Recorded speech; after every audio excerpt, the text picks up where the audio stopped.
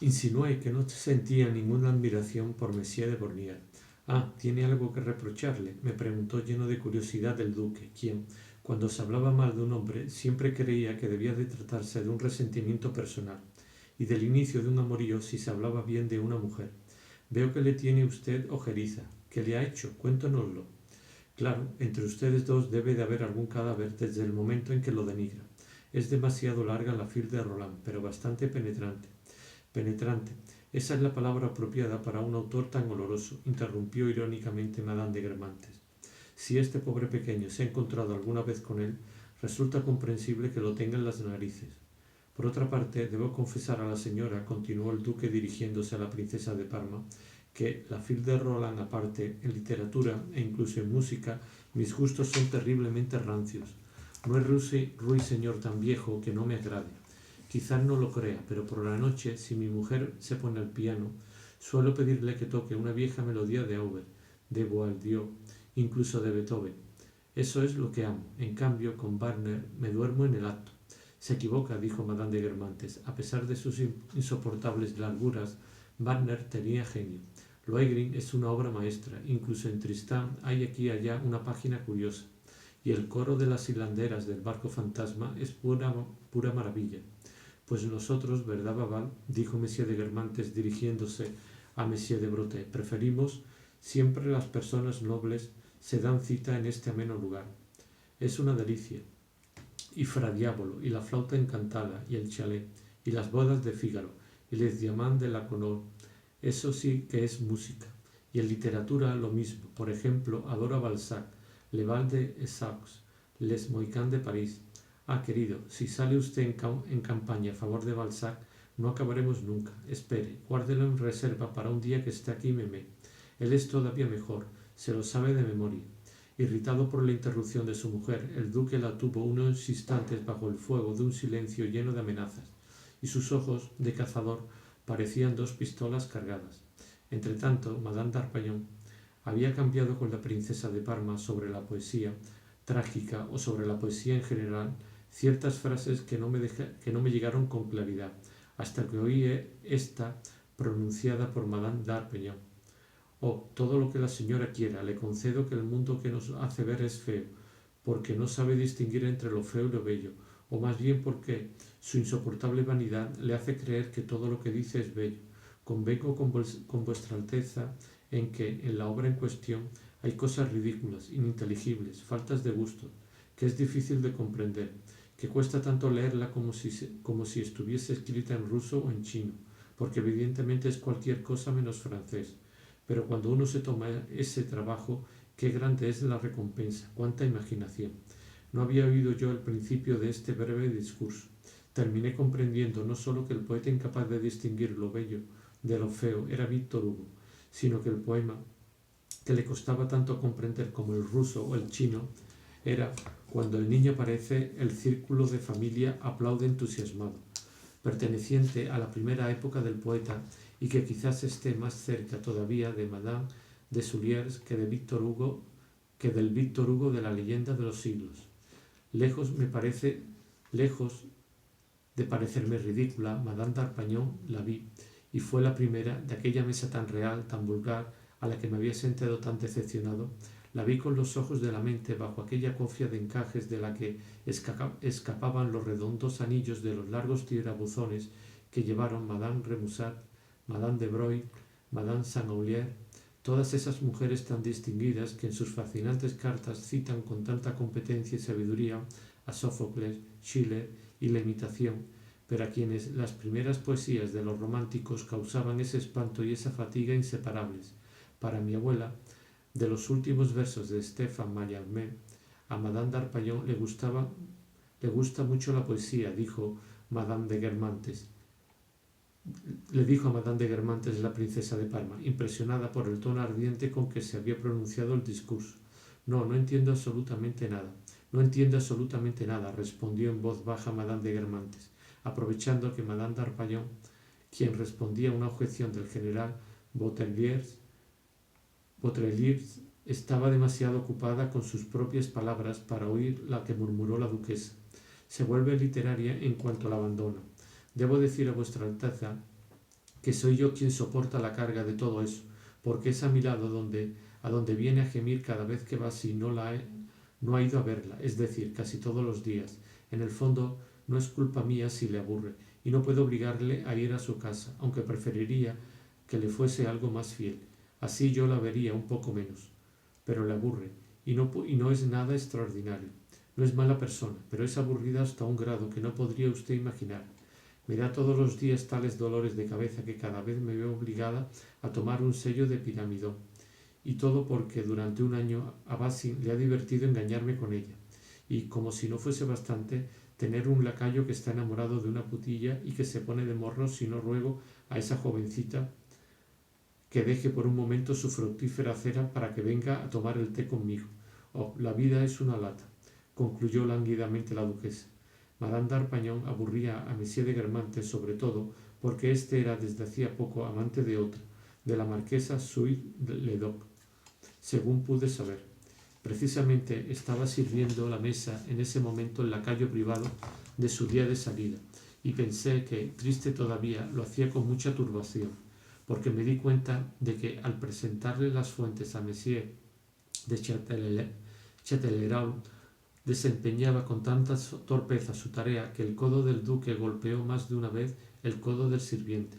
El joven duque no se enfadó en absoluto como con el ruborizado lacayo, al contrario, le lanzó una mirada risueña de sus ojos azul claro. El buen humor me pareció, de parte del invitado, una prueba de bondad, mas la insistencia de su risa me llevó a sospechar que, al tanto de la disolución del criado, acaso sentía por el contrario una alegría maligna. Pero, querida, bien sabe usted que no descubre nada hablándonos de Víctor Hugo, continuó la duquesa dirigiéndose esta vez a Madame d'Arpagnan, a la que acababa de ver volver la cabeza con aire preocupado. No espere lanzar a ese principiante. Todo el mundo sabe que tiene talento.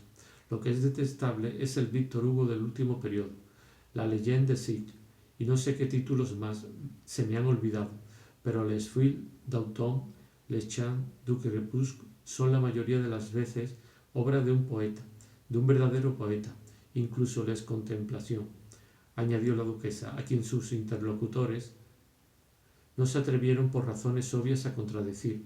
Hay todavía cosas bonitas, pero confieso que prefiero no aventurarme después de Crepúsculo. Después, además, en los bellos poemas de Víctor Hugo, que los hay, a menudo se encuentra una idea, incluso una idea profunda, y con un sentimiento preciso, subrayando el triste pensamiento con todas las fuerzas de su entonación, situándolo más allá de su voz y clavando en el vacío una mirada soñadora y fascinante, la duquesa dijo lentamente: escuche, el dolor es fruto, Dios no lo hace crecer. El dolor es un fruto, Dios no lo hace crecer, sobre la rama demasiado débil todavía para llevarlo. O esto otro, los muertos duran muy poco, ay, en el ataúd se vuelven polvo, menos deprisa que en nuestros corazones. Y mientras una sonrisa desencantada fruncía con una graciosa sinuosidad su boca dolorosa, la duquesa clavó en Madame d'Arpagnan la mirada soñadora de sus ojos claros y fascinantes. Empezaba yo a conocerlos, así como su voz, tan gravemente arrastrada, tan ásperamente sabrosa. En aquellos ojos y en aquella voz volví a encontrar mucho de la naturaleza de Combray. Cierto que en la afectación con que esa voz dejaba traslucir por un momento una dureza de terruño, había muchas cosas. El origen completamente provinciano de una rama de la familia de Guermantes que se había mantenido durante mucho más tiempo localizado, más atrevido, más selvático, más provocador. Luego, el hábito de personas realmente distinguidas y de personas de talento que saben que la distinción no estriba en hablar a la flor al flor de labios, y también de nobles que fraternizan de mejor gana con sus campesinos que con burgueses. Características todas ellas que la posesión de la reina de Madame de Guermantes le había permitido exhibir con mayor facilidad, hacer salir con todas sus velas desplegadas. Aquella misma voz existía, al parecer, en sus hermanas, a las que detestaba, y que menos inteligentes y casadas casi burguesamente, si es que puede aplicarse este adverbio a uniones con nobles oscuros, enterrados en su provincia o en París, en un Faubourg Saint-Germain sin esplendor, también poseían esa voz, pero la habían refrenado, corregido, dulcificado cuando podían. De igual modo que es muy raro que uno de nosotros tenga el descaro de la propia originalidad y no ponga todo su empeño en parecerse a los modelos más alabados. Pero Orián era hasta tal punto más inteligente, más rica y sobre todo más a la moda que sus hermanos. Había conseguido tanta influencia como la princesa de Slanes sobre el príncipe de Gales, que había terminado por comprender la seducción contenida en aquella voz discordante y había hecho de ella en el orden mundano, con la audacia de la originalidad y del éxito, lo que en el orden del teatro una Reillan, una Jeanne Garnier, sin comparación por lo demás, naturalmente, con el valor y el talento de estas dos artistas. Han hecho de la suya una cosa admirable e inconfundible que acaso hermanas de Reillan o de Garnier, a las que nunca ha conocido nadie, trataron de enmascarar como un defecto. A tantas razones que alardear de su originalidad local, los escritores preferidos de Madame de Guermantes, Mérimée, Méliès, Halévy, habían venido a añadir, respetando desde luego la naturalidad, un deseo de prosaísmo que le permitía alcanzar la poesía y un espíritu puramente de sociedad que resucitaba ante mis ojos determinados paisajes. Por otro lado, sumados a estas influencias, un rebuscamiento de artista, la duquesa era muy capaz de haber elegido para la mayoría de las palabras la pronunciación que le parecía más Ile-de-France, más champañesa, ya que, si no del todo en el grado de su cuñada Marsantes, apenas usaba otro que el puro vocabulario del que había podido servirse un viejo autor francés.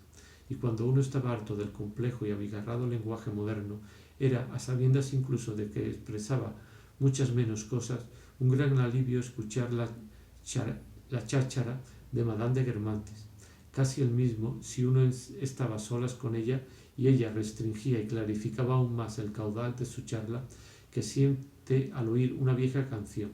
Y entonces, mirando, escuchando a Madame de Guermantes, yo veía, prisionero de la premura y de la perpetua y quieta tarde de sus ojos, tenderse un cielo de Ile-de-France o de Champaña azulados, oblicuo, con el mismo ángulo de inclinación que tenía la mirada de Saint-Loup. Así, merced a estas diversas formaciones, Madame de Guermantes expresaba al mismo tiempo la más antigua Francia aristocrática. Luego, mucho más tarde, la forma en que la duquesa de Broglie habría podido saborear y criticar a Víctor Hugo bajo la monarquía de Julio. Y por último, un vivo gusto por la literatura surgida de Mérimée y de Meillac. La primera de estas formaciones me agradaba más que la segunda. Me ayudaba a reparar mejor la decepción del viaje y de la llegada a aquel Faubourg Saint-Germain, tan diferente de como lo había supuesto, pero aún prefería la segunda a la tercera. Ahora bien, mientras que Madame de Guermantes era Guermantes, casi sin querer, su paileronismo, su gusto por Dumas, hijo, era fruto de su reflexión y de su voluntad. Como ese gusto era opuesto al mío, la duquesa estimulaba mi sentido de la literatura cuando me hablaba del Faubourg Saint-Germain, y nunca me parecía tan estúpidamente Faubourg Saint-Germain como cuando me hablaba de literatura. Emocionada por los últimos versos, Madame d'Arpagnan exclamó: «Esas reliquias del corazón tienen también su polvo. Señor, tendrá que escribirme eso en mi abanico», le dijo a Messier de Guermantes. «Pobre mujer, me da pena», dijo la princesa de Parma a Madame de Guermantes. No se hablan de la señora. Esa mujer no tiene más que lo que se merece. Pero perdóneme por decírselo precisamente a usted. A pesar de todo, ella le ama realmente. Nada de eso, es incapaz.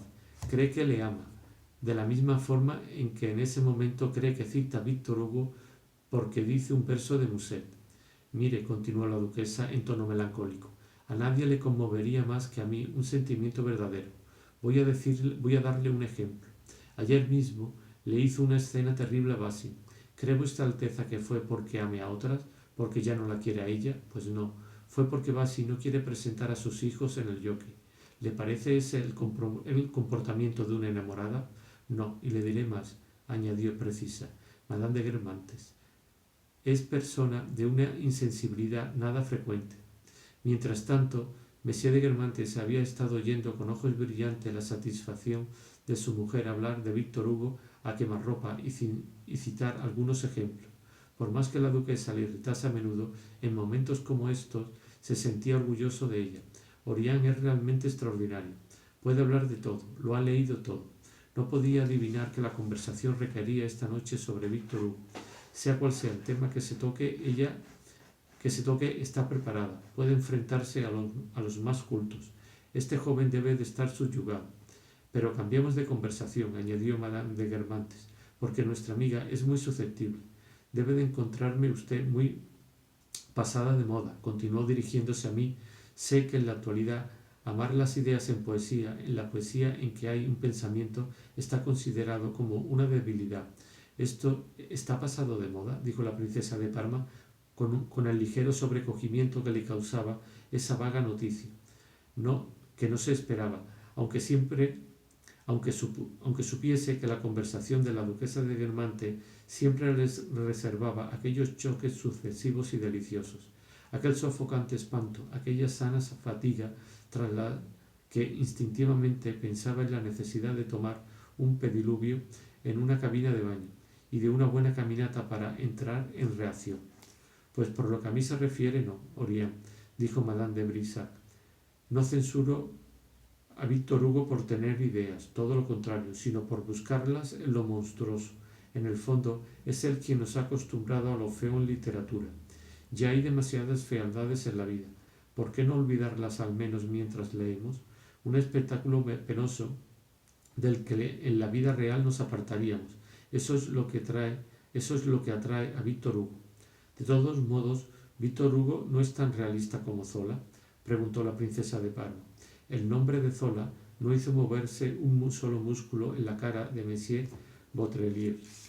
El antidreyfusismo del general era demasiado profundo para que tratase de expresarlo, y su benévolo silencio cuando se abordaban tales temas conmovía a los profanos por la misma delicadeza que muestra un sacerdote al evitar hablaros de vuestros deberes religiosos, un financiero al aplicarse a no recomendaros los negocios que dirige, un Hércules al comportarse con delicadeza y no pegaros puñetazos. Sé que es usted pariente del almirante Julien de la Gravière, me dijo en tono de entrada Madame de Barabón, la dama de honor de la princesa de Parma, mujer excelente pero limitada, que hacía mucho le había procurado a la princesa de Parma la madre del duque. Hasta ese momento no me había dirigido la palabra, y luego me fue absolutamente imposible, pese a las amonestaciones de la princesa de Parma y a mis propias protestas, quitarle de la cabeza la idea de que yo tuviese algo que ver con el almirante académico, totalmente desconocido para mí. La obstinación de la dama de honor de la princesa de Parma en ver en mí un sobrino del almirante Julien de la Gravière tenía en sí algo vulgarmente ridículo, pero el error que cometía no era otra cosa que la tipificación excesiva y reseca de tantos errores más ligeros, menos matizados, involuntarios o queridos, que acompañan a nuestro nombre en la ficha que el mundo hace sobre nosotros. Recuerdo a un amigo de los Guermantes que había manifestado vivos deseos de conocerme, aduciendo como razón que yo conocía muchísimo a su prima, Madame de Chosegros. Es encantadora, le aprecia usted mucho. Movido por los escrúpulos, por lo demás inútiles, insistí en el hecho de que había un error, de que yo no conocía a Madame de Chosegros. Entonces, esa su hermana, a la que usted conoce, da igual, se encontró con usted en Escocia. Yo no había ido nunca a Escocia, y me tomé la molestia de advertirlo por honradez a mi interlocutor. Había sido la propia Madame de Chosegros quien había declarado conocerme, y sin duda lo creía de buena fe a raíz de una confusión primera, porque desde entonces nunca dejó de tenderme la mano cuando me veía, y como en última instancia el ambiente que yo frecuentaba era exactamente el de Madame de Chosegros, mi humildad carecía de sentido. Que yo fuese íntimo de los Chosegros era, literalmente hablando, un error, pero desde el punto de vista social, un equivalente de mi posición, si puede hablarse de posición en el caso de un hombre tan joven como yo era. Por más que el amigo de los Guermantes solo me dijera cosas falsas sobre mí, ni me rebajó ni me elevó desde el punto de vista mundano, en la idea que siguió haciéndose de mi persona. Y, en fin de cuentas, para los que no hacen comedia, el hastío de vivir siempre dentro del mismo personaje se disipa un instante, como si lo subiésemos a las tablas, cuando la otra persona se hace una idea falsa de nosotros, nos atribuye una relación con una dama a la que no conocemos y pasamos por haberla conocido durante un viaje fascinante que nunca hemos hecho. Errores multiplicadores y amables, siempre que no tengan la inflexible rigidez de la que cometía y cometió toda su vida pese a mis denegaciones la imbécil dama de honor de Madame de Parma, anclada para siempre en la convicción de que mi parentesco con el fastidioso almirante Jurien de la Gravière. No tiene mucha cabeza, me dijo el duque, y además no necesita demasiadas libaciones. Probablemente esté bajo la influencia de Baco.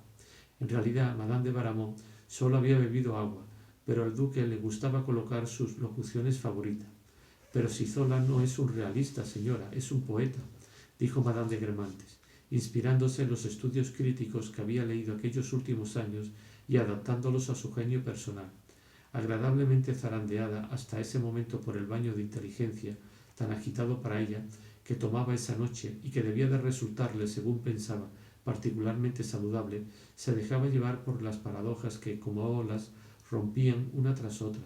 Ante esta, más enorme que las anteriores, la princesa de Parma dio un brinco por miedo a ser atropellada, y fue como con voz entrecortada, como si le faltase la respiración, como dijo: «¿Zola, un poeta?» «Claro que sí», replicó riendo la duquesa, encantada por aquel efecto de ahogo. «Observe, vuestra alteza, cómo engrandece todo lo que toca. Me dirá usted que precisamente solo toca lo que da suerte, pero hace de ello algo inmenso. El suyo es un estiércol épico, es el Homero de la limpieza. No tiene mayúsculas suficiente para escribir en la palabra de Cambrone». A pesar de la extremada fatiga que empezaba a sentir, la princesa estaba encantada. Nunca se había sentido mejor. No habría cambiado por una temporada en Chosbrun. Lo único, sin embargo, que la deleitaba, aquellas divinas cenas de Madame de Guermantes, tonificantes de tanta sal. «Lo escribe con una fe inmensa», exclamó Madame d'Arpaillon. «Creo más bien que con una M inmensa, pequeña», respondió Madame de Guermantes, no sin haber cambiado con su marido una divertida mirada que quería decir: «¿Será idiota?»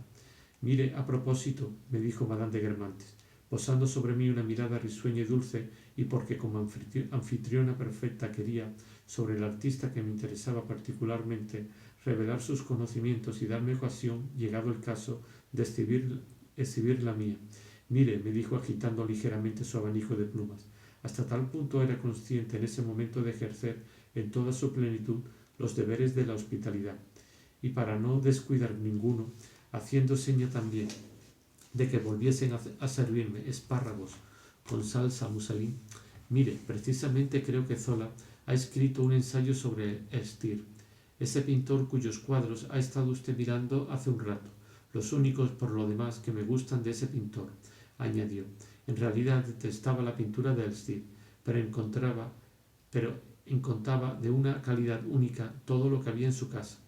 Pregunté a Monsieur de Guermantes si conocía el nombre del señor representado con sombrero de copa en el cuadro del baile popular, y que yo había reconocido como el mismo cuyo retrato oficial al lado del primero, y poco más o menos de aquel mismo periodo en que la personalidad de Elstir aún no se había soltado del todo y se inspiraba un tanto en Manet, poseían los Guermantes. «Dios mío», me respondió, «sé que se trata de un hombre que no es un desconocido ni un imbécil en su especialidad, pero me hago un lío con los nombres. Lo tengo en la punta de la lengua. Señor, en fin, ¿qué más da? Ya no lo sé. Swann podrá decírselo. Fue él quien hizo comprar esas cosas a Madame de Guermantes, que siempre es demasiado amable y siempre tiene demasiado miedo a contrariar si niega algo. Dicho sea entre nosotros, creo que nos coló unos mamarrachos. Si puedo decirle que ese caballero es para Monsieur Elstir una especie de mecena, que lo lanzó y a menudo le ha sacado de apuros encargándole cuadros.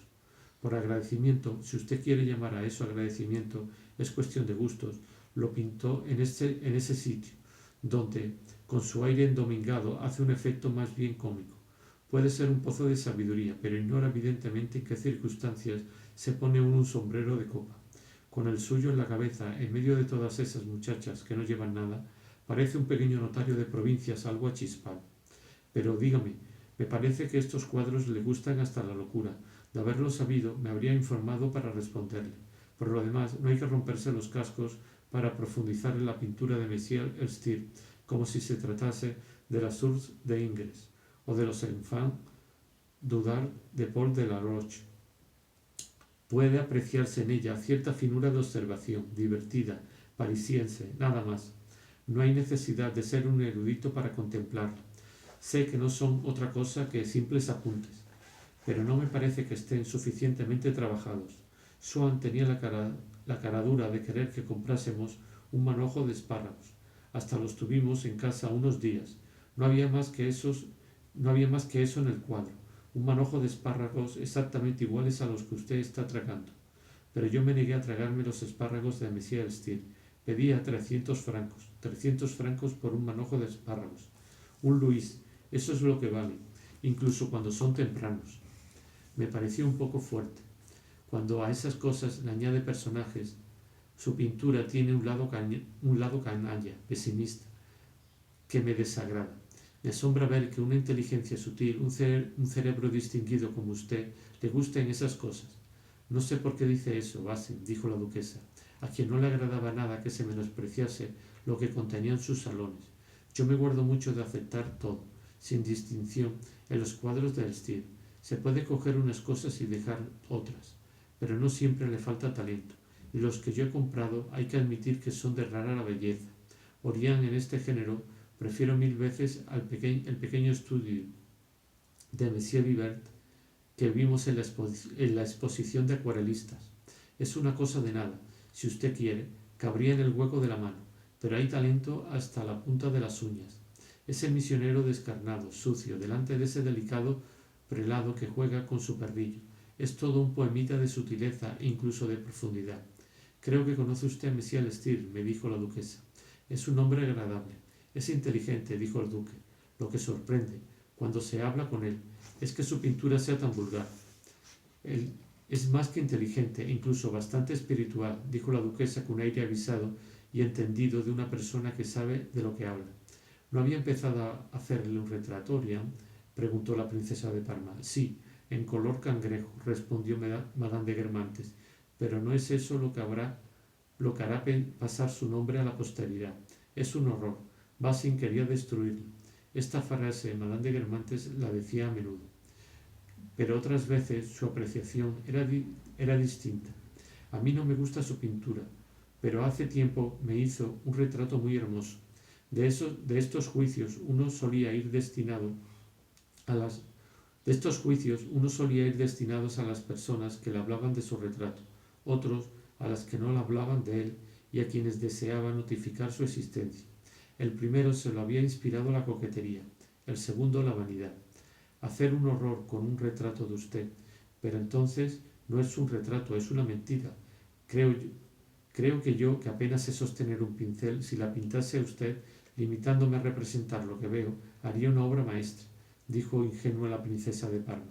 Probablemente él me ve como me veo yo misma, es decir, privada de atractivo, dijo Madame de Guermantes con la mirada a un tiempo melancólica, modesta y zalamera, que le pareció más adecuada para hacerla aparecer distinta de como la había mostrado el Elstir. Ese retrato no debe desagradar a Madame de Gallardón, dijo el duque. ¿Por qué no entiende de pintura?, preguntó la princesa de Parma, sabedora de lo mucho que Madame de Guermantes despreciaba a su prima. Pero es una mujer buenísima, ¿verdad? El duque puso cara de profundo estupor. Bueno, Basil, no se da cuenta de que la princesa está burlándose de usted.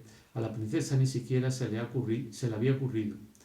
Sabe tan bien como usted que Gallardoncita es una vieja pécora, continuó Madame de Guermantes, cuyo vocabulario, habitualmente limitado a todas esas viejas expresiones, era tan sabroso como esos platos que pueden descubrirse en los deliciosos libros de Pampil, pero que en la realidad se han vuelto muy raros. en los que las gelatinas, la manteca, el jugo, las quenelles son auténticas, no contienen el menor aditamento, y hasta la sal viene expresamente de las salinas de Bretaña.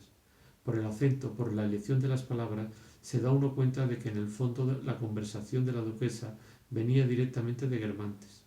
En eso la duquesa difería profundamente de su sobrino Saint-Loup, invadido por tantas ideas y expresiones nuevas. Es difícil, cuando está uno turbado por las ideas de Kant y la nostalgia de Baudelaire, escribir el francés exquisito de Enrique IV. De ahí que la pureza misma del lenguaje de la duquesa fuese un signo de limitación, denotando que en ella la inteligencia y la sensibilidad habían permanecido cerradas a cualquier novedad. También por eso me agradaba el espíritu de Madame de Guermantes, exactamente por lo que excluía, y que constituía precisamente la materia de mi propio pensamiento, y por todo lo que, gracias a eso mismo, había podido conservar aquel seductor vigor de unos cuerpos ágiles que ninguna agotadora reflexión, ninguna preocupación moral o turbación nerviosa han alterado. Su espíritu, de una formación tan anterior al mío, era para mí el equivalente de lo que me habían ofrecido los paseos de las muchachas de la pandilla a orillas del mar. La señora de Guermantes me ofrecía, domesticada y sometida por la amabilidad, por el respeto a los valores espirituales, la energía y la fascinación de una cruel jovencita de la aristocracia de los alrededores de Combray, que, desde su infancia, montaba a caballo, deslomaba a los gatos, arrancaba los ojos a los conejos, y como había seguido siendo una flor de virtud, habría podido ser, no muchos años antes, y dado que tenía las mismas elegancias, la más brillante de las queridas del príncipe de Sagán.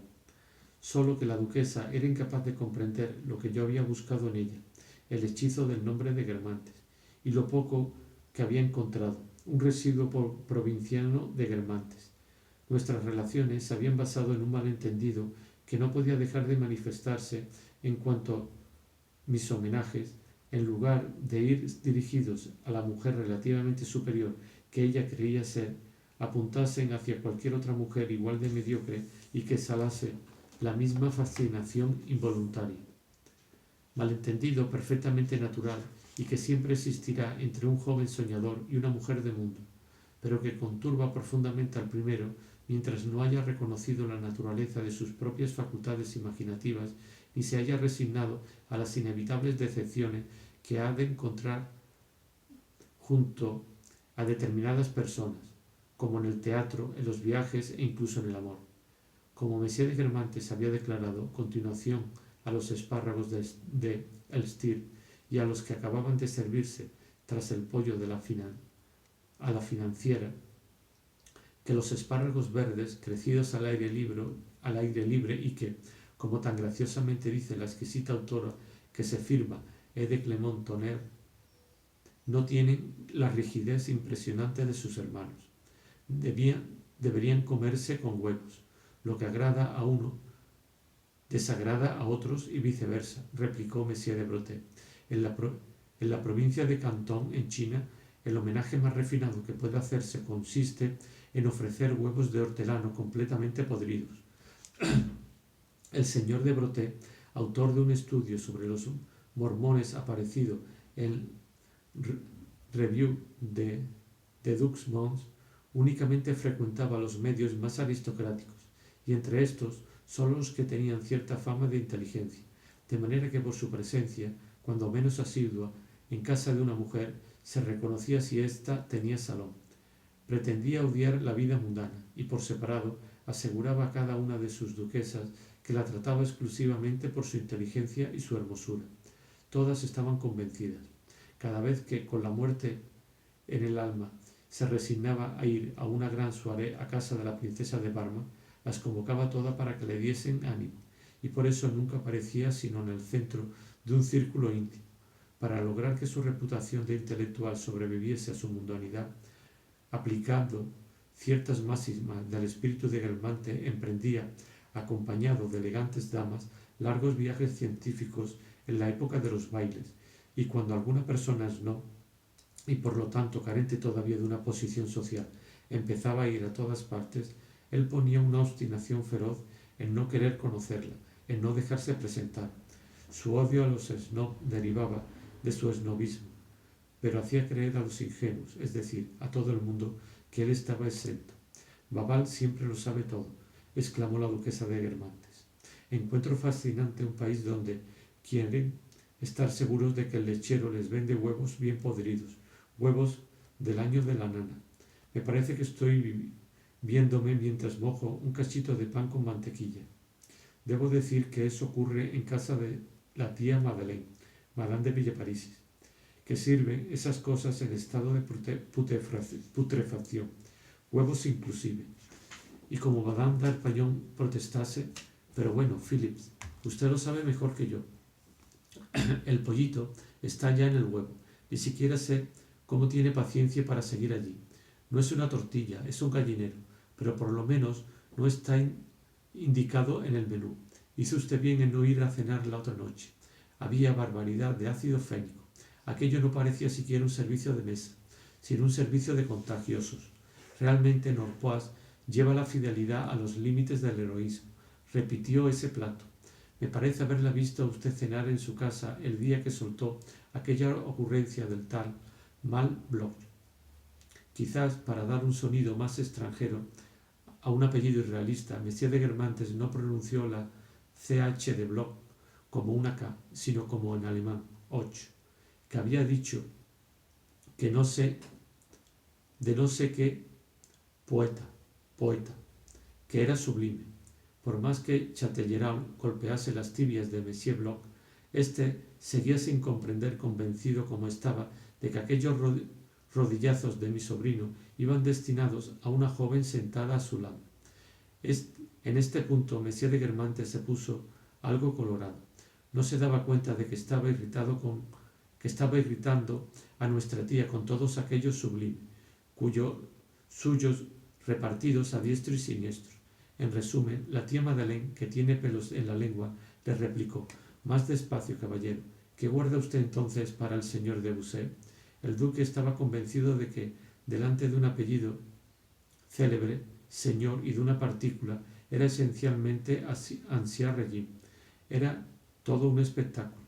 ¿Y qué respondió ese tal Malbloch? Preguntó distraída Madame de Guermantes, quien, escasa de originalidad en ese momento, se creyó en la obligación de imitar la pronunciación germánica de su marido. Le aseguro que Monsieur Bloch no se lo hizo repetir 2 veces. Todavía está corriendo. Claro, me acuerdo perfectamente de haberle visto ese día, me dijo en tono vivo Madame de Guermantes, como si de su parte ese recuerdo tuviese algo que debiera halagarme mucho. Siempre es muy interesante en casa de mi tía. En la última soirée en la que precisamente me encontré con usted, quería preguntarle si aquel anciano que pasó cerca de nosotros no era François Coppée. Usted debe de saber los nombres de todo.